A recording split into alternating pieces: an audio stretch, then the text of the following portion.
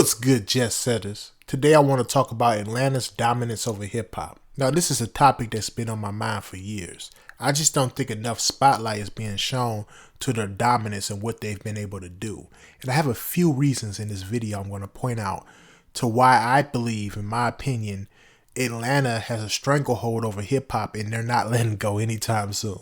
Now, a lot of people tell me, yo, this city's up next. This city's up next. All the hot rappers about to come out of this city. Just wait. In 10 years, they're going to be the next Atlanta. They're going to be the next this. They're going to be the next that. And honestly, y'all, that goes in one ear and out the other for me. Seeing is believing. See, the problem with these other cities is they lack the mentality that Atlanta has shown over the years, right? These other cities are full with talent. Like, no disrespect to anybody's city, right? I'm not from Atlanta personally, but this is just my observation. All these cities have tons of talent, tons of great artists, entrepreneurs, you name it, right? But the mentality is off. See, what Atlanta's doing right that y'all have to recognize and focus on is that they're giving back. They're always helping each other out. You look at guys like Ludacris and T.I. and Jeezy, Gucci Mane, all those guys from Atlanta back in the day. They always helping somebody out. They always putting somebody on. Even outside of music, when we talk about real estate and just business ventures, like the black community in Atlanta is always lifting each other up for the most part. I mean, I'm sure they got their issues just like everybody else, but for the most part, they have Dr. King's message instilled in them, right? And that's something I wanted to talk about. They were up close and personal with Dr. King, so I feel like that helped their mentality a lot down there. And that's why they're able to dominate the music business, because so let me tell you about the music business. See, if you really want to succeed in the music business, it's about collaboration, right? It's not about individuality. It's about collaboration and helping each other out. Everybody eat. Everybody, split the pie. See, these other cities, these other rappers and stuff, they just want to keep everything to themselves. They just want to come back to the hood and start flexing on the hood while everybody else living in poverty. See, cities like Atlanta and stuff, these people, they come back and they feed the community, They pay people bills, they put people in positions to feed themselves. And that's what I believe we have to do in the hip-hop community globally, right? We need to focus. We need to look at Atlanta, right? They set the blueprint, and we need to follow that blueprint. All the cities with hot up-and-coming rappers need to follow Atlanta's blueprint. If you want your city to be next up in the game, you have to give back. That's the key. You have to give back. See, one thing I see in all these cities across America is you have a lot of talented black artists, black entertainers, whatever, right? Making millions of dollars, but they're not giving back to their communities, man. They're not lifting people up. See, that only hurts the city in the end. So all these people talking about, oh, this city's going to be next. This city's going to be next. I can tell these cities not about to rise up and really take over because I look at the actual city. I look at the crime that's going on. I look at the poverty, right? I look at the lack of love. See, I know that city's not going to do much in the music industry overall. They might have a spurt here and there, but they're not going to take over like Atlanta did because there's no love in the actual city. See, it's not just about the musicians. It's about the actual people of the city. See, what happens is these rappers, these entertainers, they get millions of dollars, right? But they get selfish. They either do one or two things, right? They get millions, they come back to the hood and they flex and they stun on everybody, right? Haves versus haves not. They ain't giving nobody no help. They ain't paying nobody no rent. They ain't putting food on people's table. They just coming back with a nice car and stunning on everybody. That's option one. Option two is they grew up and they're so scarred from their environment growing up that now that they got millions, they want to get as far away from the hood as possible. So they're like a ghost. You don't never see them in their old neighborhood doing nothing from the people. And again, all this stuff hurts their city. See, the reason why Atlanta is winning is because these guys are still in their neighborhoods. They're still doing stuff in their neighborhoods in Atlanta. They love their city. This is why Atlanta dominates. See, I want to see all the cities across America dominate, right? I want to see us all win. not just one city. I want to see us all having a great time. See, today as independent artists, we don't need labels no more. So it's not like, oh, it's this city's time to shine, or it's this city's time to shine. No, we literally can all shine. We literally can all eat. Everybody can just have a great time. But as long as we're being selfish and not giving back, it's problematic. Let's take, for example, the city of Memphis, right? No offense to the city of Memphis. Love Memphis. Love everybody in Memphis. But let's look at the city of Memphis. Let's observe what's going on there, right?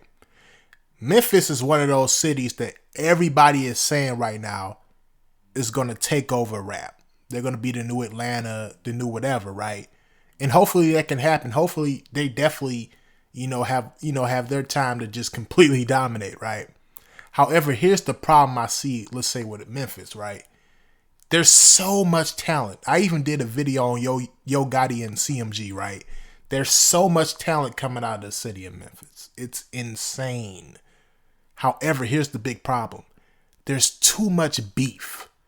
So every time I hear about how talented people are coming out of the city of Memphis, like, yo, Memphis is up next, Memphis doing this, I bet. But such and such and such and such is beefing. And they just found out who did what to such and such, and then they arrested that guy, and they found out it was his cousin over there. So now them two don't like each other. See what I'm saying? This is what's happening to all the other cities across the country.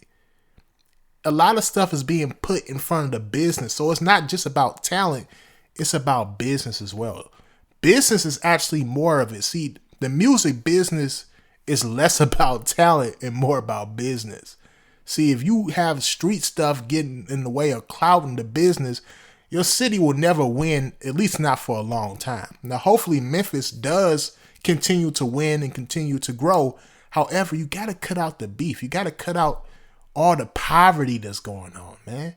It's too many millionaires coming out of these cities for these cities to look like that, right? Let me say that again. It's too many millionaires coming out of these cities for these cities to look like that. We're not talking about millions of dollars. We're not talking about hundreds of thousands of dollars. How much do y'all think the rent is in these urban communities? It's a Gucci belt. It's a Gucci belt, man. It's a chain. It's a pinky ring. You could pay a whole block. These guys could pay a whole block's of rent with their pinky ring. They not doing it, though. I'm not just talking about the city of Memphis. I'm just talking about all these cities across America, right? They not doing it. These cats is getting millions of dollars from the music industry, from NBA, NFL, whatever, and they not giving back, right? What's the most they give back? Turkeys on Thanksgiving. Don't nobody want no dry turkey. These cats got millions of dollars and give back turkeys on Thanksgiving. Like, seriously? Or some backpacks for back to school. Why don't you buy some books for the kids? For to put the books in the actual backpack. You buying the backpack, but you're not buying the books. See what I'm saying? Priorities are all off. So that's all I'm saying. If you want your city to win, you have to give back.